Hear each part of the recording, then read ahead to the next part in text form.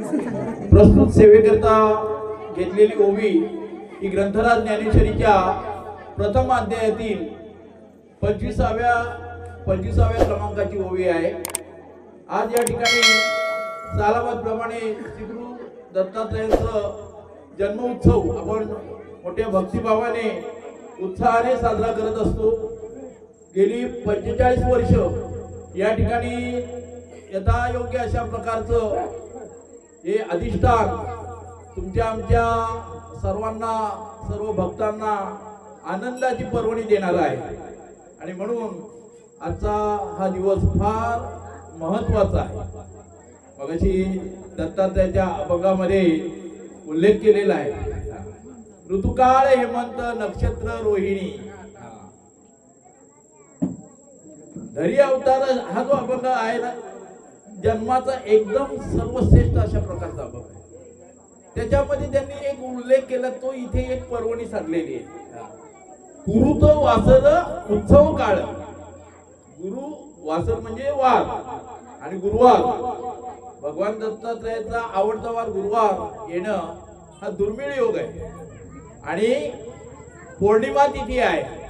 हे बरोबर तिथी येते, पण वार गुरुवारच येईल असं नसतं आणि म्हणून या ठिकाणी हा जो एक योग आलेला आहे, माझ्यासारख्या एक किंचित बामराकडे गेली 1992 पासून अव्याहतपणे सेवा आहे आणि तिचा मला रास्त अभिमान आहे, कारण भगवान दत्तात्रयाच्या त्या निमित्तानं चिंतन करायला योग येतो आणि म्हणून ग्रंथराज ज्ञानेश्वरी मध्ये आणि भगवान दत्तात्रयाच्या जन्मामध्ये याचा एक धागा मला सापडलेला तो असा की ज्या वेळेस भगवद्गीता सांगितली गेली अर्जुनाला, श्रीकृष्णाने कुठे सांगितली? कुरुक्षेत्रावर। पण त्याच्या अगोदर पार्वतीने प्रश्न केला की हे काय, भगवद्गीता काय आहे, हा प्रश्न पार्वतीने केला होता।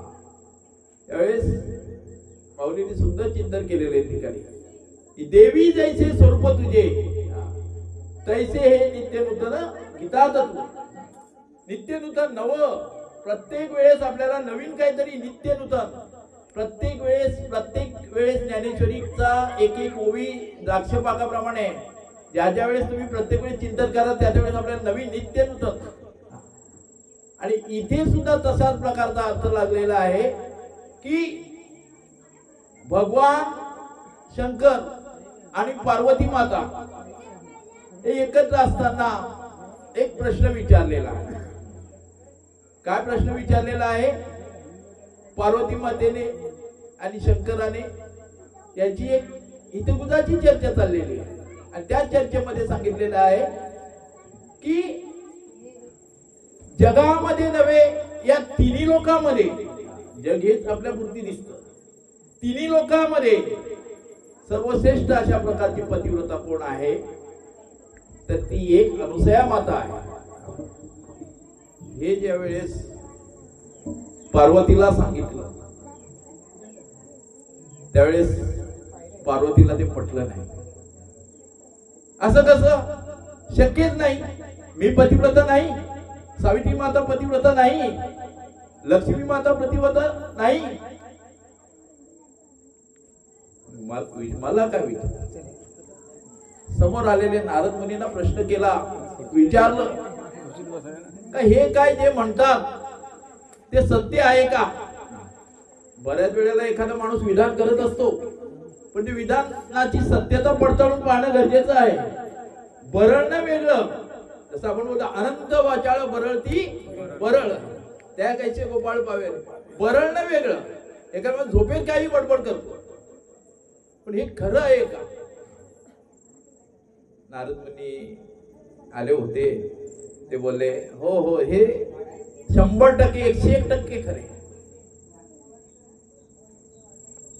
कारण मला सगळ्या या तिन्ही लोकांचा संपूर्ण अशा प्रकारचा तिन्ही लोकांचं वर्तमानपत्र मलाच छापावं लागतं, त्याचा संपादकच मी आहे, बरोबर की नाही? आणि म्हणून जे बोललेलं आहे ते खरं आहे. आणि यावेळेस नारद मुनींनी काय केलं की जे सांगितलं की एवढंच नाही, ते एवढी पतिव्रता श्रेष्ठ आहे, एवढी पतिव्रता श्रेष्ठ आहे अनुसूया, की तिने या तुमच्या तिन्ही देवांना भगवान शंकर, ब्रह्मदेव आणि भगवान विष्णू या तिघांचे पुतळे आपल्या डाव्या पायाला बांधून ठेवलेले आहेत. मला वेळ कमी दिल्यामुळे मी गाडी अर्ध्या तासातच बरोबर नेत आहे. व्याख्यान करायला थोडासा 1 तासाचा अवधी असायला पाहिजे, पण काय झालं की आपली पालखी सोहळा उशिरा निघाला. त्याला काही, आणि तो सुद्धा आनंद वेगळाच असतो पालखी सोहळ्याचा. आणि म्हणून जन्माचा आजचा दिवस असल्यामुळे मी आख्यानाला सुरुवात केलेली की ज्या वेळेस अत्री ऋषी म्हणजे कोण, ज्यांनी तिन्हीवर विजय मिळवलेला आहे. तिन्ही कुठले 3? सत्व, रज, तम. आपण आरतीमध्ये काय बोललो महाराज? त्रिगुणात्मक त्रैमूर्ती दत्त हा जाणा, हा जाणायला सांगितलेला आहे. इथे सुद्धा ओवी मी घेतलेली आहे. म्हणून जाणीतेने गुरु भजिते. म्हणून का? म्हणून त्याच्या अगोदर काहीतरी असतं म्हणून, असं केलं म्हणून असं झालं. अरे पाऊस पडला म्हणून काय झालं? भाताची वाट लावली. बरोबर? म्हणून बरोबर केलं. म्हणून इथे उत्सव आहे म्हणून तुम्ही आला. तसं माऊली याच्या अगोदर म्हणून माऊली काय म्हणतात की या करतात काय झालेलं आहे की जाणतेपणाने गुरु भजिजे, गुरुचं भजन करा. का करायचं? तर अत्री ऋषींच्या बाबतीत असं झालेलं आहे की अत्री ऋषींनी तिन्ही अशा प्रकारचे 3 गुणावर विजय मिळवलेले अत्यंत योगी, अत्यंत तपस्वी अशा प्रकारचे अत्री ऋषी. आणि त्यांनी भगवंताची अशी तपश्चर्या केली होती एका पायावर महाराज. साधी नाही, खूप वर्ष तपश्चर्या केली होती. आणि त्याच्यामुळे प्रसन्न देव झाले ब्रह्म विष्णू महेश. सहज प्रसन्न कोणी होत नाही हो. आपण 10 मिनिटासाठी काय करू, 1 तासासाठी करू आणि लगेच आपण भरपूर काहीतरी मागू, ते नाही. खूप तपश्चर्या, साधक व्हावं लागतं, साधना करावी लागते. आणि ती साधना त्यांनी केली अत्री ऋषींनी. आणि मला तुमच्यासारखे देव माझ्या घरामध्ये आले पाहिजे, ही त्यांची आराधना होती. आणि त्याच्यामुळे त्यांना 3 देव प्रसन्न झाले. अशी एक कथा आहे. अनुसूयाचा अर्थ काय? नाही, असूया, इच्छा, कुठल्याही प्रकारची इच्छा नाही. आपलं कसं उलट आहे. आपण नुसतं महाराज म्हणतो. कुठे गेले आमचे जय महाराज? काय म्हणतो आपण? जयराम महाराज, प्रपंच ओसरो.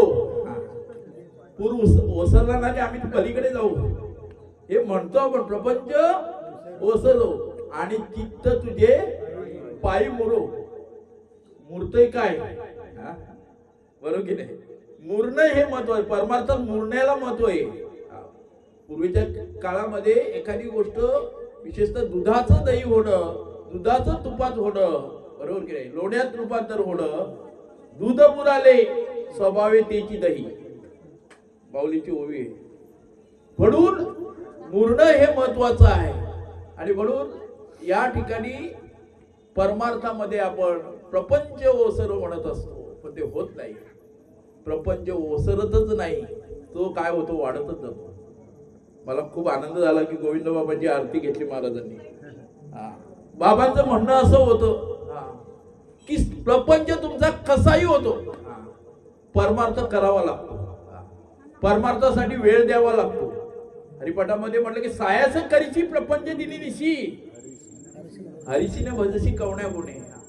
अरे प्रपंच सायासाने करत असतो, पण त्याच्यासाठी तुला वेळ नाही. मोटके निमिष भरी देतू जाय, हे मोडकं सुद्धा आपण देत नाही. या मंडपामध्ये आल्यानंतर आपल्याला जो एक वेगळा आनंद आहे तो खरा आपला निमिष इथे लागलेला आहे, पण तो चित्ताने लागला पाहिजे. नाहीतर त्रिवेणी संगमी नानादी ते भ्रमी चित्त नाही नामी तरी ते व्यर्थ जातो. म्हणून जो या ठिकाणी श्रवणाच्या मिसे येऊनी बैसावे साम्राज्य भूनी सुखी नादे, हे श्रवण आहे.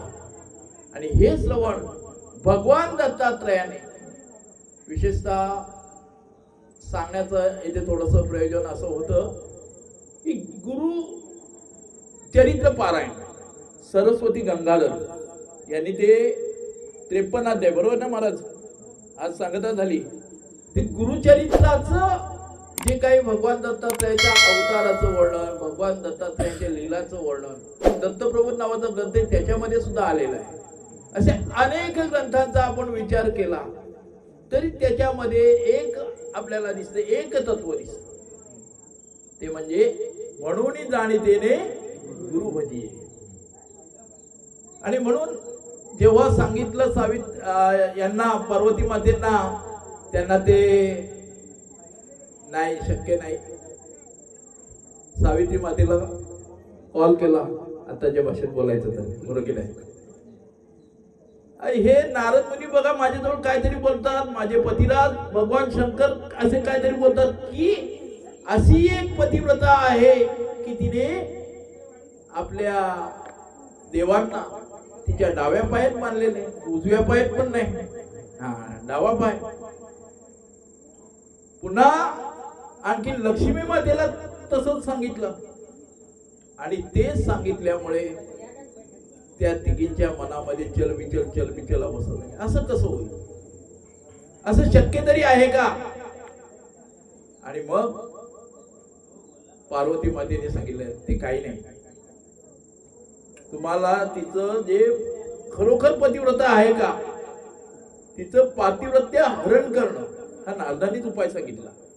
तुम्ही त्र्यंबकेश्वरला जा, तुम्ही एखादी गोष्ट सांगा, महाराज याच्यावर उपाय आहे का, ते 100 उपाय सांगतील तुम्हाला.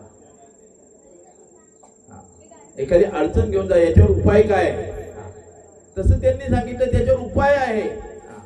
काय, तिचं पातिव्रत्य तर खरोखरच या पृथ्वीतलावर 1 नंबरचं आहे. पतिव्रता धर्म पहावो माझा, आणि ते हरण करणं. तर पतिव्रता, पती जन्मला माझे उदरी, मी झाले दयाची नोवरी, पतिव्रता धर्म पहावो माझा. बरोबर, तुकामध्ये पतिव्रता तिची देवावरी सत्ता. आणखीन प्रमाण, तर ही पतिव्रता आहे, तिचं पातिव्रत्य नष्ट करणं ही एकमेव अशा प्रकारचं काम नारद मुनीने सांगितलं. आणि मग जा म्हणे, तुम्ही जा बघा तिथे कसं काय आहे, नक्की काय आहे, तिचं पातिव्रत्य हरण केलं पाहिजे, त्याकरता तुम्ही जा. इकडे ब्रह्मदेवांनी सुद्धा सांगितलं, का हो आमच्या ज्या म्हणतात ते तुमच्याकडे पण आहे का. हो, आमच्याकडे पण तेच सांगितलेलं आहे. काय करणार आपण, 3 हट्ट सांगितले, बालहट्ट, राजहट्ट आणि स्त्री हट्ट, बरोबर की नाही. आणि या स्त्री हट्टाबाई राजहट्टापुढे सांगितले काय, आम्हाला ती 1700 झाडं तोडायची आहे. पण आपण एक असा विचार केला राजहट्टाचा, मी थोडक्यात खरं म्हणजे आपले संत बापे सांगायला लागले, वृक्षवल्ली आम्हा सोय, एकांताचा वास तिथे आम्हाला मिळालेला आहे, बरोबर की नाही.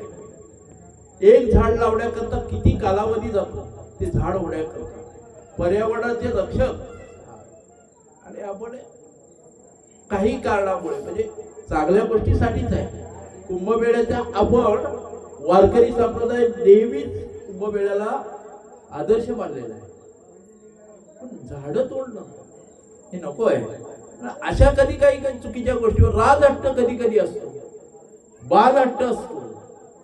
बालहट्टला एखाद्या लहान मुलाने सांगितलं मला हे पाहिजे म्हणजे पाहिजे, बरोबर की नाही. पण स्त्री हट्ट तसाच. आणि म्हणून त्यांनी सांगितलं की नाही, तुम्ही जा, तिचं पातिव्रत्य नष्ट करा, हरण करा. आणि मग हे तिन्ही देव ब्रह्म विष्णू आणि महेश निघाले कुठे? अनसूया त्यांच्याकडे आले. दारामध्ये आल्यानंतर माई भिक्षा वाढा नाही का. आणि ती भिक्षा म्हणजे काय तर आम्हाला इच्छा भोजन पाहिजे, तिघींनाही इच्छा भोजन पाहिजे, तिघांनाही इच्छा भोजन पाहिजे असं सांगितलं. आणि मग तिने त्यांचं यथायोग्य आदरातिथ्य, अतिथ्यांचं आदरातिथ्य करणं ही संस्कृती आहे. आणि त्या संस्कृतीप्रमाणे त्यांना आसन दिलं बसायला.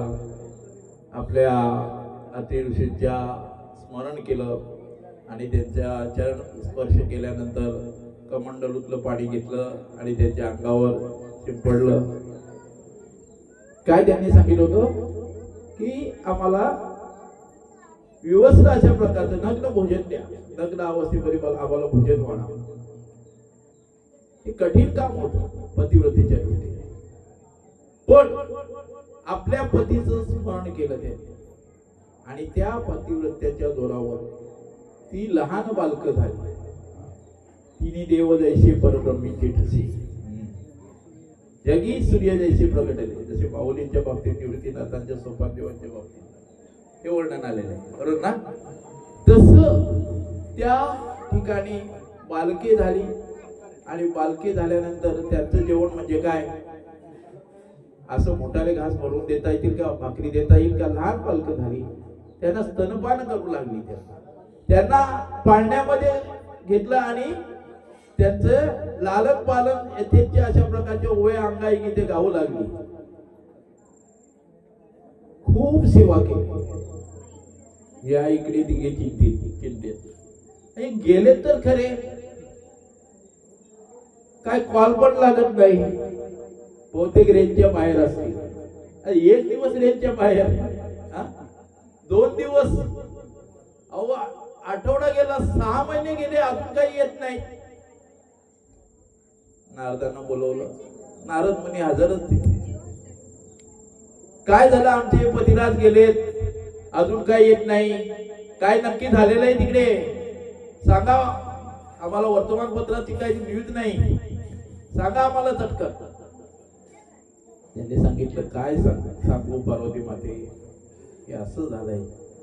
हे गेले तिघे बालक गेले. ते कोणी कोणी गेले, अनुसाहेब. तुम्ही तिची परीक्षा बघायला गेले, पण बालक केली. बालक नाही पटत आपण खरंच जाऊन बघा. लक्ष्मी मातेला तेच सांगितलं, सावित्री मातेला तेच सांगितलं की जा कुठे, अनुसूया मातेकडे जा. आणि ज्यावेळेस गेल्यानंतर या तिघी आल्या, बघते तर काय, ही तिन्ही बालक झालेली आहे. ब्रह्मा विष्णू महेश. खरं म्हणजे काय झालं, उत्पत्ती स्थिती आणि लय. ब्रह्माचं कार्य काय, उत्पत्ती करणं,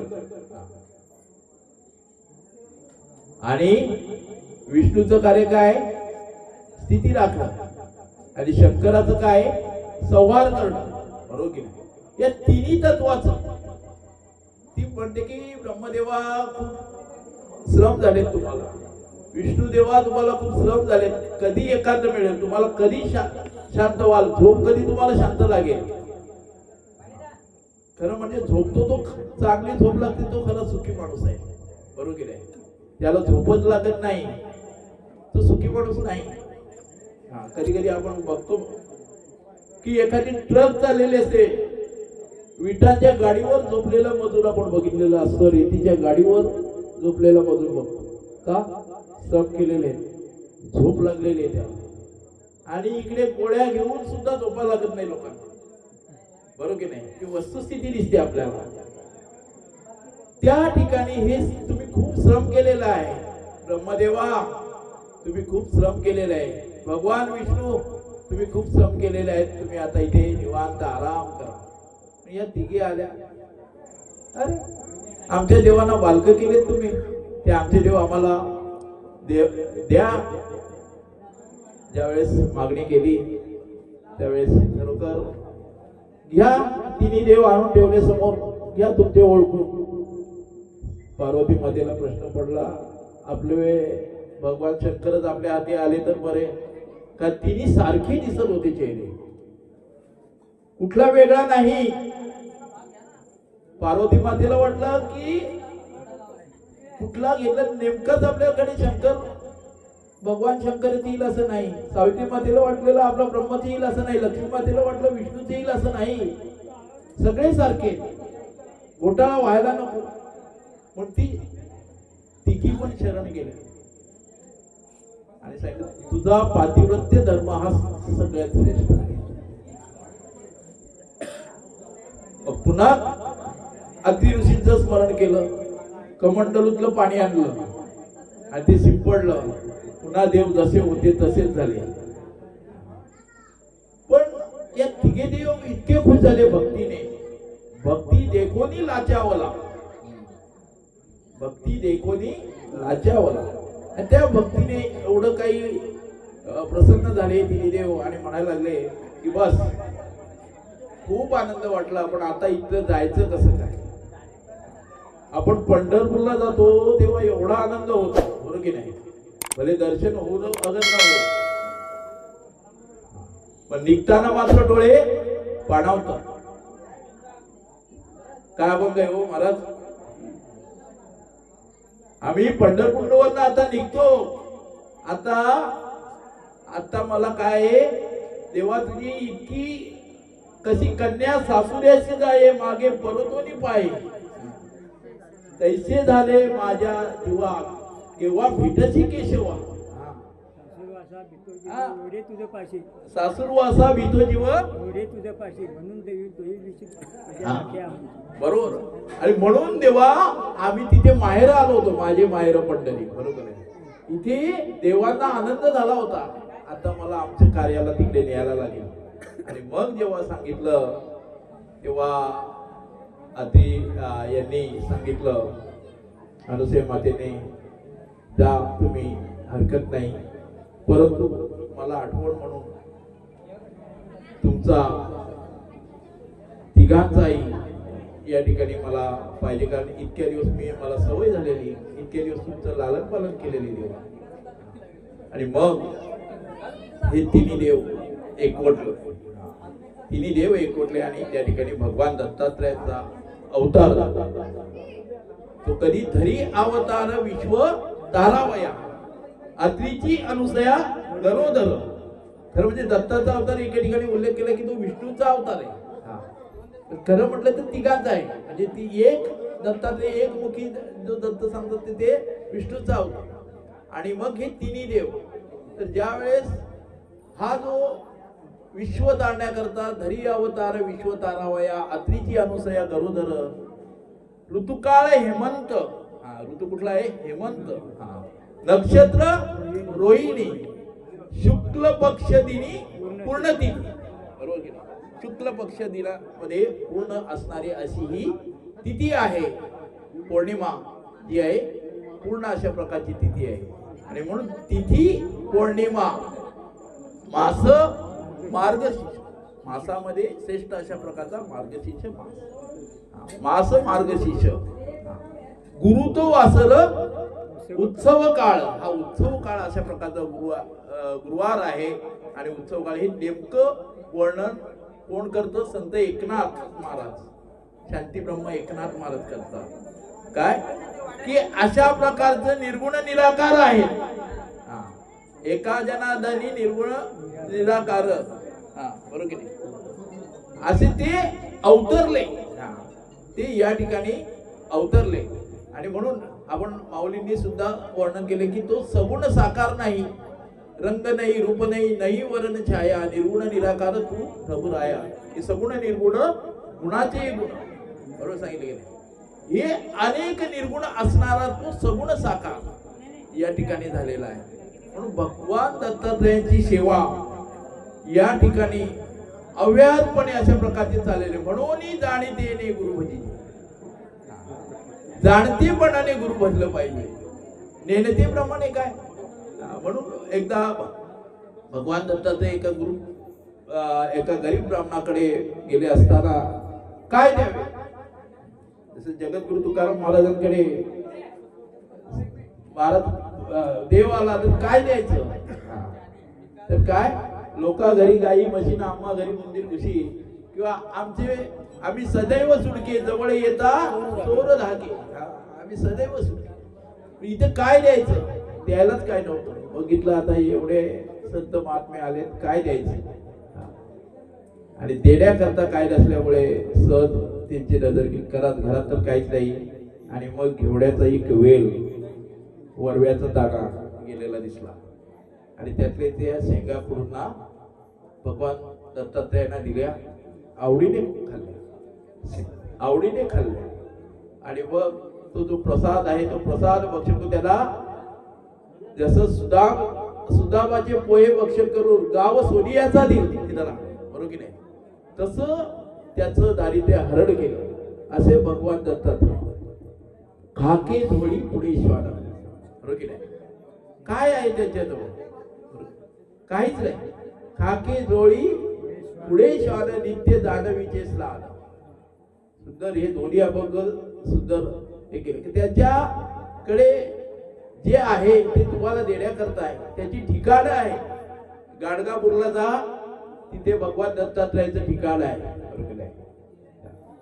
त्या ठिकाणी गेल्यानंतर आपल्याला नक्कीच माधुकरी मागावी लागते. हो, जसं आळंदीमध्ये महाराज शिक्षण वारकरी शिक्षण संस्थेमध्ये जे शिक्षण घेतात ती मंडळी 4-5 गावामध्ये जाऊन माधुकरी मागत असतात सायकली घेऊन, आणि त्याच्यावर आपलं शिक्षण घेत असतात. त्याच्यासाठी रोज भाकरीचा तुकडा ठेवलेला असतो.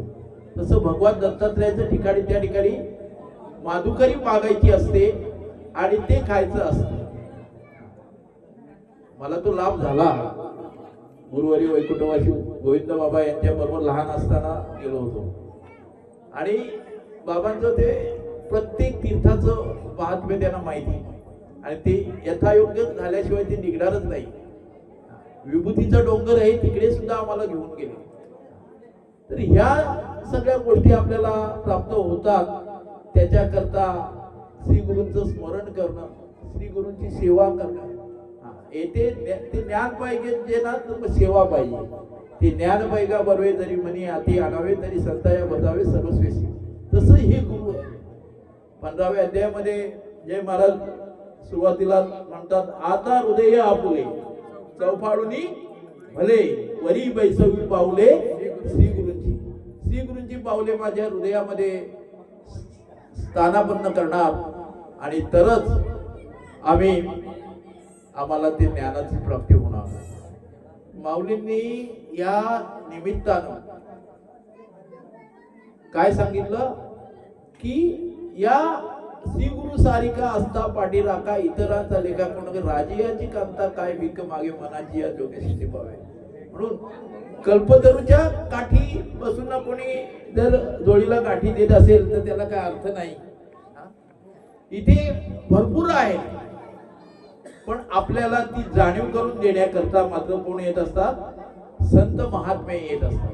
खूप आनंद झाला. प्रोग्राम मला झालेले आहेत आजचे कीर्तनकार, आणि आमची गाडी बाबा थोडी लेट सुटलेली आहे. आणतो आम्ही बरोबर.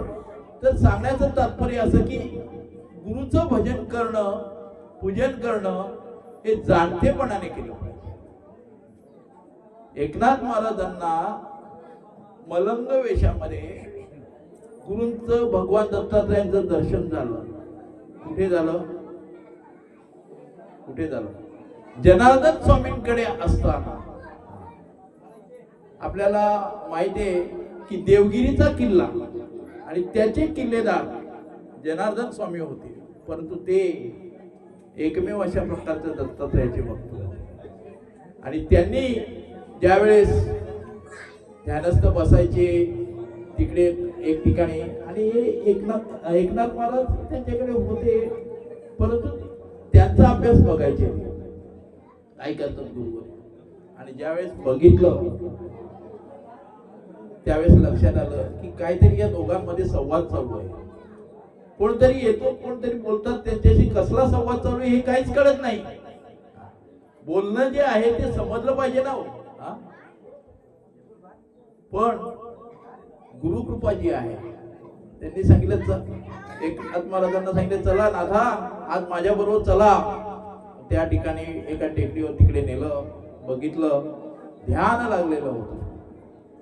आणि ते ध्यान असं लागलं होतं खरं म्हणजे आपण 12व्या अध्यायामध्ये काय म्हणतो, श्रेय ज्ञान अभ्यासात ज्ञानात ध्यान विशेष. अभ्यासात श्रेष्ठ काय आहे? श्रेय ज्ञान अभ्यासात ज्ञान, ज्ञानामध्ये ध्यान विशेष येते. ध्यानात मात्र पुढे शांती पाहिजे. बरोबर. आणि ते बघितल्यानंतर त्यांना एवढा आनंद झाला, मात्र तरी शिष्याची परीक्षा बघायची होती. त्यांनी काहीतरी दिलं, ते खाल्लं. दत्तात्रयांनी दिलं त्यांना, ते खाल्लं. कोणी? जनार्दन स्वामींनी खाल्लं. आणि लांबच हे बघत होते एकनाथ महाराज. एकनाथ महाराजांना सांगितलं, आता इकडे या, हे जे वाटी आहे ना, हे ताट आहे ना, धुवून आणा. एकनाथ महाराजांनी घेतलं, तिकडे थोडस पाणी जिथे आहे तिथे शोधायला गेले. हा गुरुचा प्रसाद आहे. भगवान दत्तात्रयांनी जनार्दन स्वामींना दिला आणि त्याच्यात जे काय उरलेलं आहे, हा उच्चिष्टाचा भाग जो आहे, शेष उरला तो शिव. उरलेला आहे थोडस. त्यांनी सांगितलं नव्हतं तू घे, धुवून आण. प्रभुराम महाराज, मला आठवण झाली, बाबांकडे आम्ही 2 जायचो त्र्यंबकेश्वरला. तिकडे वाघदारा आपली जी धर्मशाळा आहे ना, त्याच्या कोपऱ्यामध्ये पूर्वी बाबांचं मठ होतं. मी आणि एक जयवंत पाटील याचे शिवत. ते काय व्हायचं, कधी कधी बाबा जेवायचे पण ते मुद्दाम काहीतरी ठेवायचे आमच्यासाठी प्रसाद. आणि ते आम्ही थोडस मे महिन्याच्या सुट्टीमध्ये आम्ही काय करायचो, दोघे पण थोडा थोडा प्रसाद खायचो. तो प्रसाद खायचो म्हणजे ते ताट धुवायला द्यायचे ते अक्षरशः. मला ही आठवण झाली. हे वाचत असं माझ्या लक्षात आलं की ते त्याचा काहीतरी आपल्यावर कृपा आहे. गुरुकृपेशिवाय हे काही नाही, शक्य होत नाही. हे सगळ्यांनाच प्राप्त होत नाही. आणि मग जेव्हा एकनाथ महाराजांनी ते सेवन केलं आणि नंतर ते ताट धुवून आणलं, आणि त्यानंतर ती परीक्षाच होती एका अर्थाने. परीक्षा कशासाठी असते? तुम्हाला काय आलं त्याचं मूल्यमापन करणं ही परीक्षेचं काम आहे. परीक्षेचं काम काय आहे? तुम्हाला किती येतं हे याचं मूल्यमापन आहे. परीक्षेत नाही तर परीक्षेला अर्थच नाही. परीक्षा ठेवली नाही तर काहीच उपयोग नाही.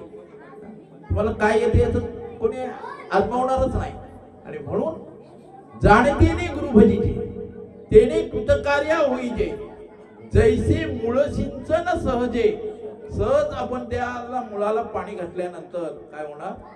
शाखा ज्या फांद्या आहेत, पल्लव पाने आहेत, संतोष. प्रस्तुत सांगण्यासारखं बरंच आहे, वेळ कमी आहे. झालेली सेवा भगवान दत्तात्रयाच्या चरणी अर्पण करून सेवेला पूर्णविराम देतो. विठाला विठाला विठाला विठाला विठाला विठाला विठाला विठाला विठाला कुंडलिकावरदे हरी विठ्ठल श्री ज्ञानदेव तुकाराम पंढरीनाथ भगवान की जय. माऊली ज्ञानेश्वर महाराज की जय. जगद्गुरु तुकाराम महाराज की जय. शांती ब्रह्म एकनाथ महाराज की जय. सब संतन की जय. बालगोपाल की जय. छत्रपती शिवाजी महाराज.